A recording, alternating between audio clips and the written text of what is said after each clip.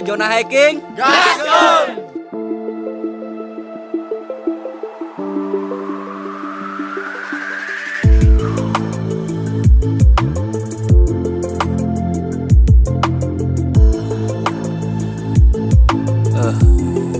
Bismillahirrahmanirrahim. Assalamualaikum warahmatullahi wabarakatuh. Kembali lagi bersama saya Dar di zona hiking. Selamat datang yang sudah datang dan mampir ke channel saya.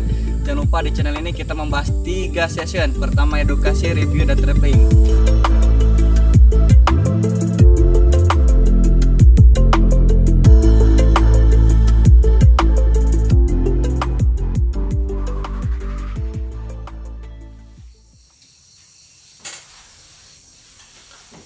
Bismillahirrahmanirrahim. Assalamualaikum warahmatullahi wabarakatuh. Kembali lagi bersama saya Dar di zona hiking.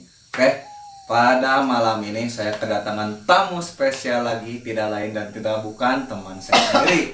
Oke, di sini tetap kita mau cerita yang lumayan seram sesuai dengan pengalaman yang tak ada.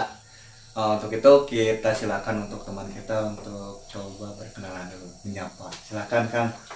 Perkenalkan, nama saya Abdul Hanif. Terus apa lagi? Rumah saya di rumah saya di Bakal Jampang, Desa Pasidoton, Kecamatan Cidawu, RT 02 RW 05. Lumayan lengkap ya. Ya. Jawa Barat Indonesia ente. Jawa Barat dan Sukabumi. Oke, punya IG nggak Kang? Punya IG. Follow aja IG-nya Hanifat8. Oke, nanti untuk IG-nya ditaruh di bawah ya. Oke, malam ini dadakan banget.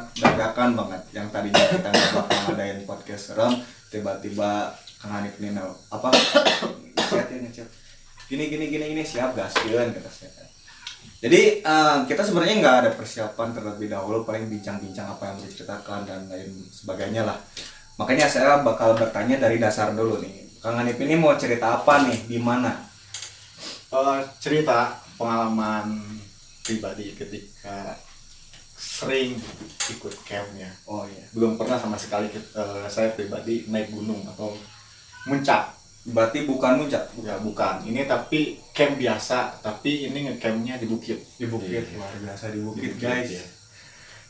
Yang pada posisi bukitnya itu ada di Bogor.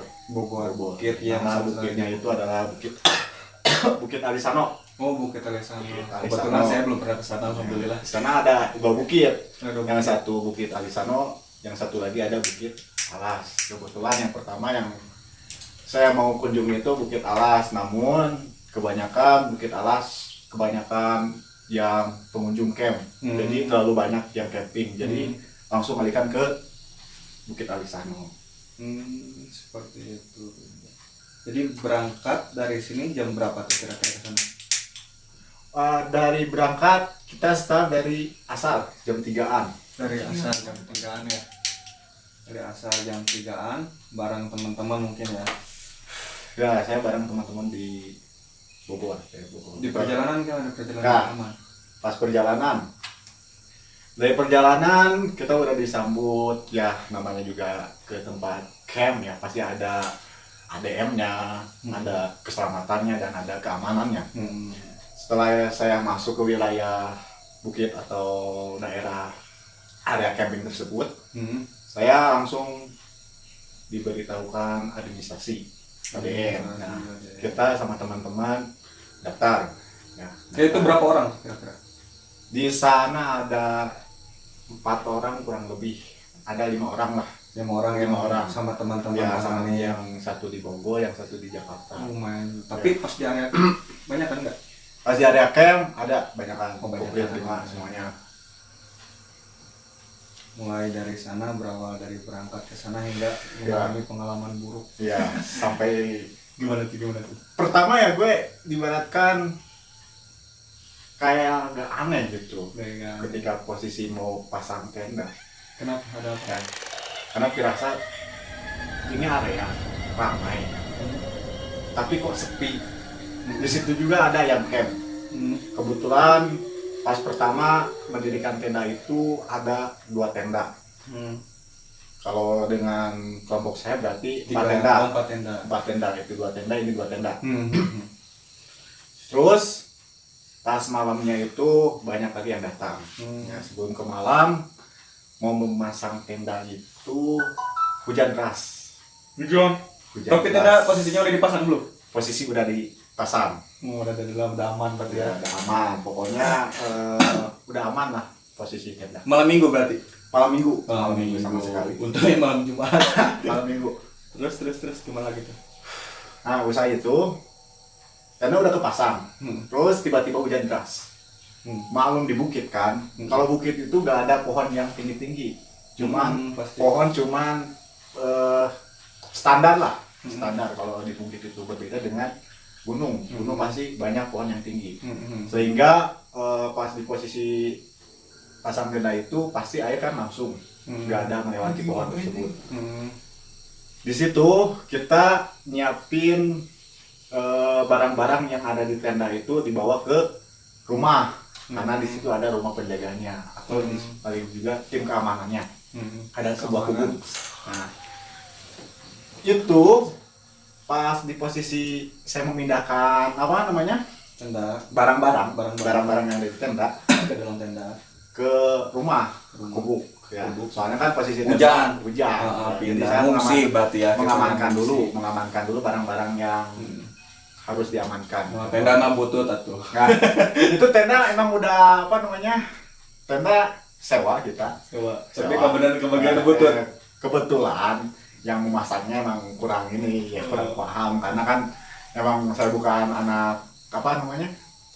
Anak gunung Pegiat ya. alam, Pegiat alam, cuman penikmat saja mah. Penikmat. Ya. Nah, setelah usaha itu pas posisi hujan deras itu sampai maghrib kan. Dari jam berapa? Dari jam 3 kan berangkat, berarti jam 4 pemasangan tenda. Jam 4 tuh udah di lokasi. Udah di lokasi. Pasang tenda. Masang tenda langsung. Hujan dari jam? Hujan dari jam 4. Nyampe maghrib. Nyampe maghrib. Usai isya lah selesai. Isa masih hujan berarti? Ya isya masih hujan. Maklai. Baik. Naon? Hujanan. Posisi di situ gak ada penerangan.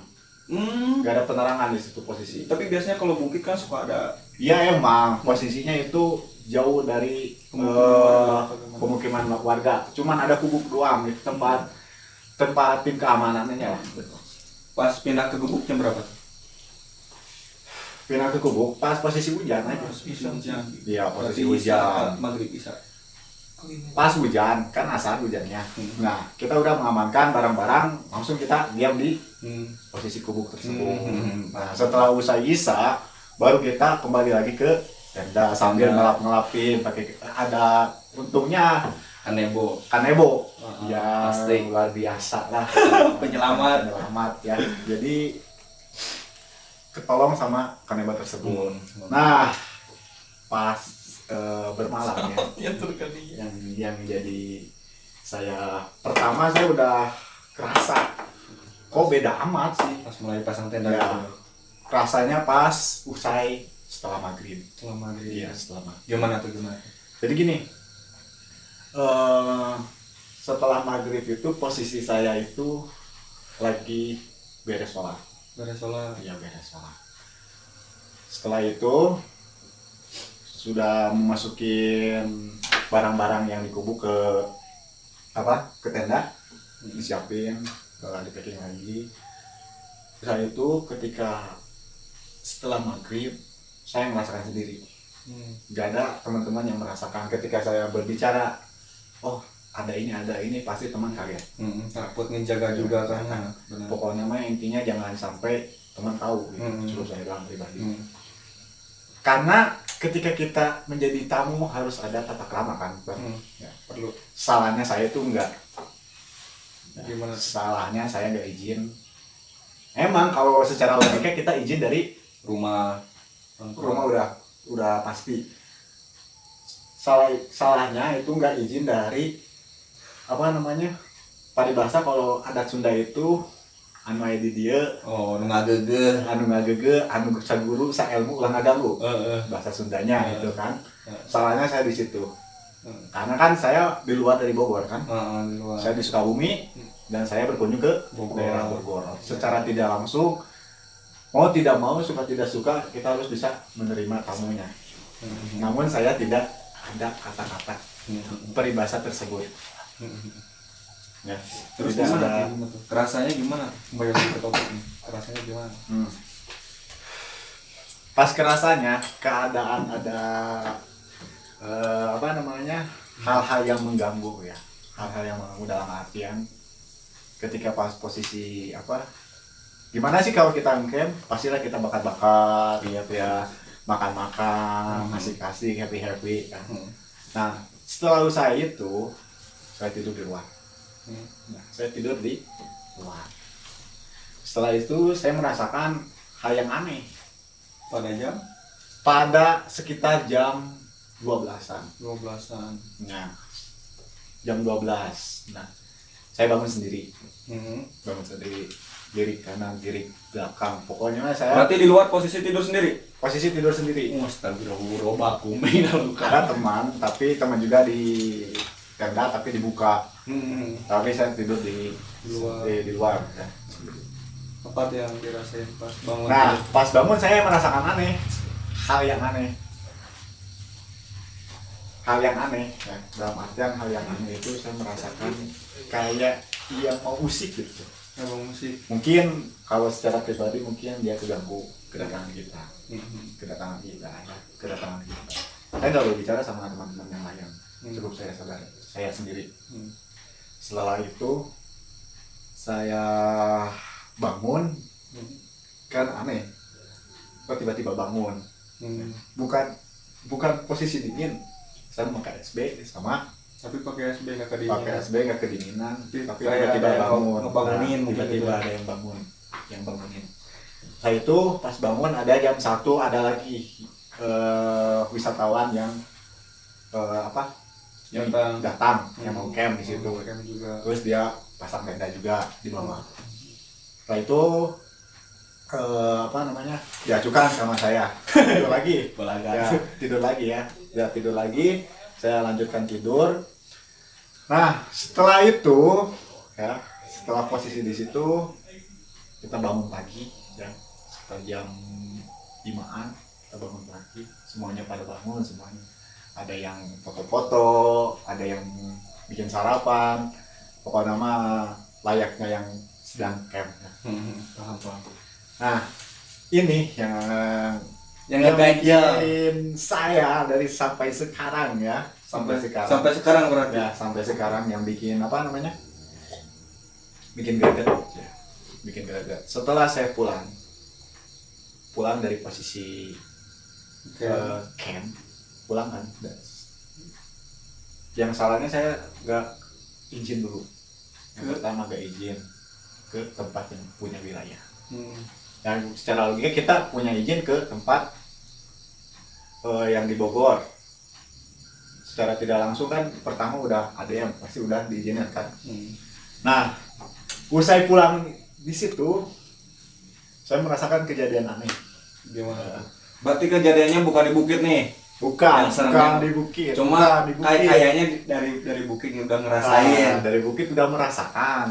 Nah, berarti pas setelah saya pulang, nih, posisi pulang. Saya sebelum pulang langsung anterin dulu teman saya yang ada di Cideng. Setelah itu saya pulang dulu ke rumah teman dulu, saya nyimpang dulu. Ya, udah beres di situ, saya langsung pulang ke rumah. Saya beristirahat karena saya capek. Setelah itu saya merasakan hal yang tidak biasa. Gimana tuh? Hal yang tidak biasa dalam artian tiba-tiba bangun jam 2 pagi, tidur tidak nyenyak, sering mual-mual, dan merasakan hal yang aneh dari badan. Secara mistis, kalau kesurupan pasti langsung jadi kan? Benar. Ya, kalau kesurupan langsung jadi, langsung merasakan kita yang dirasuki oleh makhluk tersebut. Nah, selama 3 hari saya diamin dulu nih, didiamin dulu. Tapi selama 3 hari itu masih mual. Ya masih mual. Terus sering bangun jam 2 malam, malam pagi mungkin ya. Jam 2 malam. Nah, bawaannya saya malas sholat. Selama 3 hari itu. Selama 3 hari saya malas sholat. Bawaannya saya aral. Pengen Kamu emosi, emosi terus. Siapapun yang dekat emosi. Nah, terus yang keduanya makan nggak mau, makan nggak mau, kurang makan. Ketiganya saya merasakan hal-hal yang emang ada gangguan. Sudah kerasa Ya mungkin. kerasa. Setelah 3 hari baru kerasa ada yang aneh mungkin ya. Yang aneh ya. Dan saya juga pernah ada dasar dalam bidang yang tersebut. Ada bidangnya.